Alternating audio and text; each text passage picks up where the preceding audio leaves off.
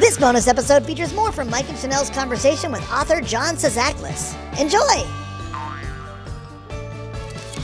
Well, this My Life as a Blank series, you cover all sorts of animals. And, we're talking about the red-eyed tree frog today, but I'd love to know some of your other favorites from that series, because looking at the list, it's pretty fun. Yeah, there's 8 books in the series so far. 2 of them are actually not animals. One is the life of the oak tree, and one is the life of the dandelion.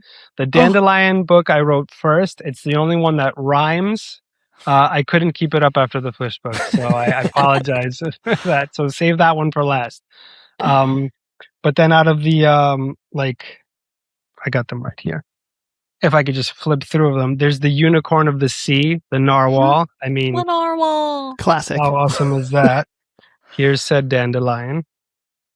Sea turtle. We just had National Turtle Day, but next Monday, I believe, is World Ocean Day, so better get on that. The monarch butterfly.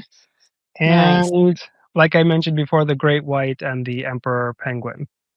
I think that's all 8. Love. Amazing. I have an almost 2-year-old, and we are definitely having our first dandelion summer or spring or whatever.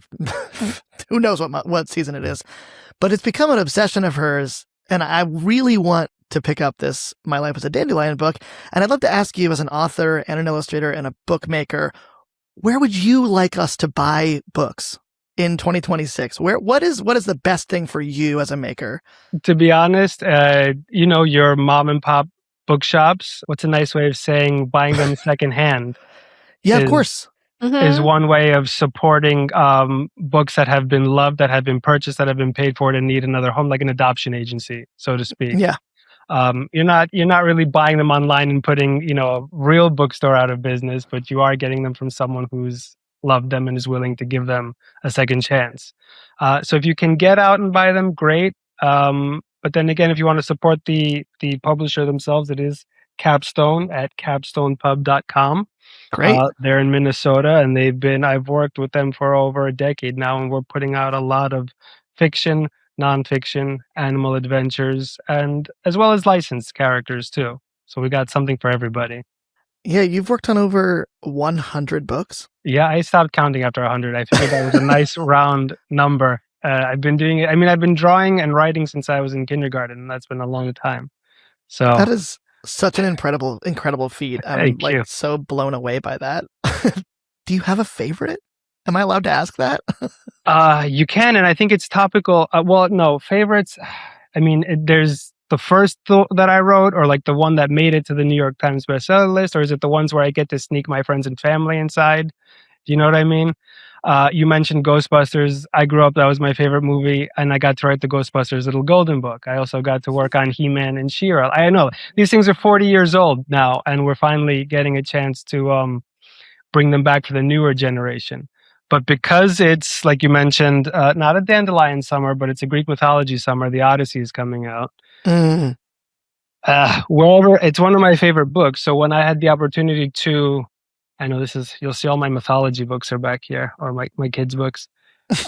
When I had an opportunity to write a picture book for the first time, I went with my version, told with animals and kid-friendly, of the Odyssey, but rhyming. So it's goat on a boat, and he goes in search for treasure. This is really the goat. And along his travels, he meets a hydra, a minotaur, a cyclops, all your favorite fantastical creatures, real and fake. We got sharks, we got fish, we got goats, got a little bit of everything.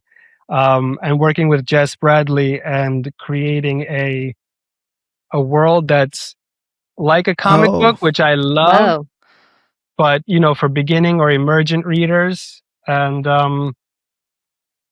to see myself as a cartoon at the end of the book is probably the best part.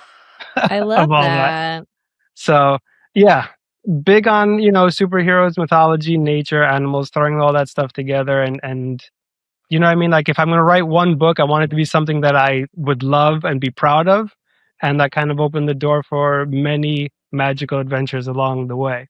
Incredible. So, John, you've written a lot of books about animals. Where did this love for the animal kingdom come from? Thank you for asking.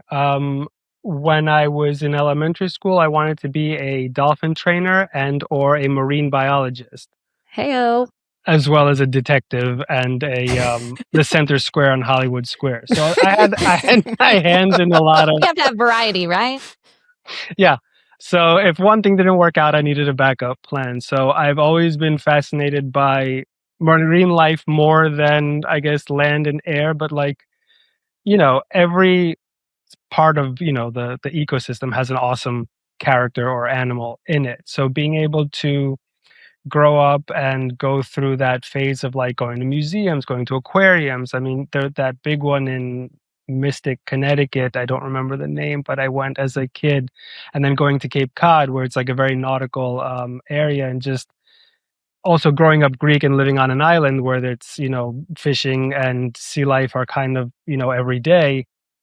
Throw that in with your mythology and then the worlds colliding. That was just, it felt like a natural fit for me to kind of continue educating myself on animals in a less playful way and a more serious way, and kind of making it accessible to others who, might pick up a book and say, well, this looks cool. Why don't I learn about it? And then going from writing about them in a I guess you could say illustrated picture book way into a more nonfiction quizzical way. So behind me, you'll see what is it? What do you know about wild animals? What do you know about pets? These are quiz books that like ask questions. I've got sports and more of my favorite subjects. Just to kind of like get kids engaged in a riddle/joke trivia way. Like if you're playing trivia games, you can ask your friends questions and learn along the way in like a fun, goofy, silly kind of way. That's fun. That's an interactive way to engage with your friends and also learn things too about the world Yes. around you. I love it. As a fellow artist, I love when I get to do something that is completely different from the norm. And I noticed listed online and as well sitting on the shelf behind you is Mad Magazine, which was something that I was pretty obsessed with because I didn't think I was supposed to be reading it as a kid. And the illustration style in most Mad Magazines is like a little grosser. It's a little weirder. What has your work been with Mad Magazine, and like how has that affected other work in your professional career? Again, growing up as the class clown, was immediately drawn to Mad Magazine, and the first one I picked up was on a road trip, maybe in Virginia, South Carolina, at like a gas station, and they had the Ninja Turtles on the cover, and it's the one with Splinter pouring the ooze, but he's Alfred E. Newman. I was like, what is this? And if you're a kid and it's like, oh, it's making fun of the stuff that I love, but it looks cool and it's drawn a certain way and it has like an acerbic yet sarcastic kind of wit to it. Not mean-spirited, but like clever. And then, I remember my mom throwing it away because she thought it was gross. And then fast forward 20 years when I got my first internship at Mad Magazine, and she's like, you're not going to put me in it, are you? And I was like, we'll see. You shouldn't have thrown away the one that I wanted. But yeah, so I was one of the first interns to work in both the editorial, well, if not the first. Since then, they've had crossover. But I worked in the editorial and in the design department. Yeah. Wow. When we still had magazines and they were publishing an issue a month, and not only got to be in it, I got to write articles for it. I got to create toys and props for, their gag ads that they would do for toys and stuff. It was a Bratz meets Borat collaboration called Borat. So I got to create a Bratz doll that looked like Borat in his mankini. Wow. I don't know if I can say that on this. Wow. This is a little. You can edit that out. So that's in the issue behind me here. And so, once you get to meet the artists, meet the creative team behind the scenes, and they get to know you, if they like you, they'll make fun of you. So my bookmark is I don't know if you could see it. Oh, nice. When Tom Richmond drew me into one of the Green Lantern spoofs, that's me as a Green Lantern. What? My That's Greek epic. nose. I know, right? Like, that's when I know I've made it, when I end up in Mad Magazine. What a beautiful honor. All this other stuff is great, but this is like the real. That's why we do that. Yeah, right. Cross it off the bucket list. Chanel, you're the expert. I would love to hear about how you got into your, what you're doing now, helping, preserving, and Yeah. let's hear it from Chanel. Awesome. Well, thanks for asking. So similar to you, when I was a young little girl, I wanted to be a marine mammal trainer and be a marine biologist, and was fascinated by the ocean, and that never went away. So it's still here today. And so I became a marine biologist, studying tube worm larvae and fun things on the Great Barrier Reef in Australia when I was in college. But as a kid, I grew up like my younger years in North Carolina on 8 acres of land, and would just catch, fireflies and bugs and explore the natural ecosystem behind my house. So I really do love every animal, and the ocean just holds a bigger place in my heart. But still, getting to talk about, Mike and I both love red-eyed tree frogs, thanks to the Rainforest Cafe in our age group. But I get really excited just being into different ecosystems. I was in Maui a couple weeks ago, and would wake up and listen to all the birds in the morning while I was drinking coffee, and pulled out my Merlin app, because that's what you do when you're in your mid-30s now, is figure out whatever bird is calling around you. And it's just fun. And I love that I get to teach people about all sorts of animals on the Zooquarium podcast now, because I would be the kid listening to it. So making myself happy as a young 5-year-old. Yes, and thank you for that. And I can't wait to share this with my friends and family and fans and folks at home. Because like you said, you're learning, and you're also having fun while you're learning. And that's what the Homeroom is a Zoo series is about. Each one is a different story about a class pet at school, and these class pets kind of go on adventures. The first one is the axolotl, or the Mexican Nice. walking fish. Those are very popular. So again, I got to learn, because we do have our fun fact section where you get to meet the class pet, learn about them. And then there's, the adventure part of it all, where they get into all sorts of animal antics. And the fun thing about writing these stories is that because we had pets that we would find in the woods or acres of land and bring them home, like the turtle, this turtle coming down the slide at the playground is not fiction. It's what my sister and I did to the turtle that we found.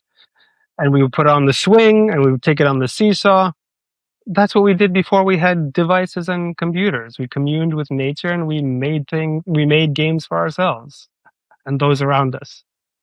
As East Coasters, some of us well, all of us, it's lightning bugs are such an important piece of my childhood that I didn't know were not going to be in my life forever. Living in Oregon, you don't see lightning bugs here, and I know that population is diminishing quickly. When I go home, I see way less, or life was more magical as a kid. I'm not sure. I haven't done the research, but I would love to learn more. I'm not throwing you an idea. My life as a lightning bug, my life as a firefly. I would love to know more about them, because there's so much mystery and magic to those creatures that I think we could learn a lot.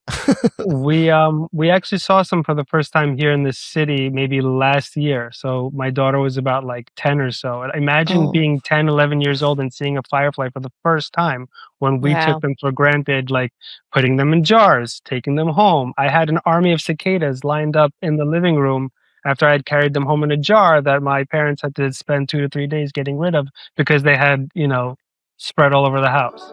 So, yeah. Well, I'm not just making these up. I live these adventures. Yeah. The Zooquarium podcast is hosted by Mike Bennett and Chanel Hason. This episode's special guest is John Sazaklis. Thanks, John. The Zooquarium podcast is produced and edited by John Richardson, with music by Carol Cleveland Sings. For coloring sheets, quizzes, activity sheets, and more, visit thezooquarium.com. This is Sonny the Snail, signing off. Bye!